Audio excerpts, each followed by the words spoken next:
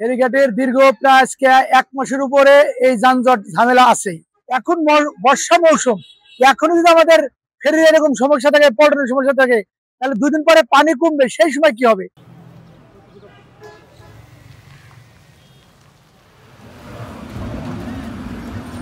ফেরিঘাটের দীর্ঘ প্রায় আজকে 1 মাসের উপরে এই যানজট ঝামেলা আছে। ফেরি পল্টন বাসের আজকে সমস্যা, কালকে বাসের সমস্যা, সামান্য পল্টনের সমস্যা হলে ভাঙাচুরে পল্টন। এই পল্টন এই সারতে লাগলে শুরু করলে এখন ভাই 2 ঘন্টার ভিতরে 3 ঘন্টার ভিতরে হয়ে যাবে। 2 দিন 3 দিন চলে যেতেছে, কোনো কাজের কোনো ই নাই। এখন বর্ষা মৌসুম, এখন যদি আমাদের ফেরির এরকম সমস্যা থাকে, পল্টনের সমস্যা থাকে, তাহলে 2 দিন পরে পানি কমবে, সেই সময় কি হবে? আবার দেখেন এখানে 2টো পল্টন, নতুন পল্টন আমরা দেখতেছি পড়ে রয়েছে।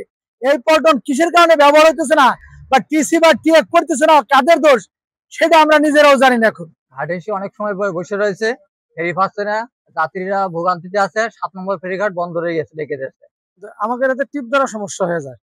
আমরা যখন টিপ আলফাডাঙ্গাতে ছাড়ি তখন আমরা ওই মাথায় টিপ থাকে, এখানে 1-1.5 ঘন্টা দেরি হয়, যার কারণে ওই পাশে যে আবার আমরা টিপ ধরতে পারি না, যাকে আমাদের ভোগান্তির শিকার হয়। যাত্রীরা অনেক সময় যাত্রী করে বেশি কথা শোনা লাগে।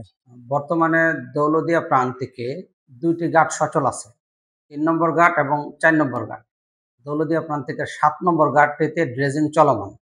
বর্ষাকাল শেষ হলে নদীতে পানি কমে গেলে ড্রেজিং করে নাব্য ধরে রাখা হয়। বিআইডব্লিউটি এর ড্রেজার ইঞ্জিনিয়ারগণ কাজ করছেন। তো আমরা আশা করছি যে খুব শীঘ্রই 7 নম্বর ঘাটটা আমাদের ট্রাফিকে পাবো। আর এটি আসলে ঋতুচক্রের সাথে সম্পর্কিত বিষয়। বর্ষাকাল চলে গেলে, নদীতে পানি কমে গেলে ড্রেজিং তো করা হয়, ড্রেজিং করে নাব্যতা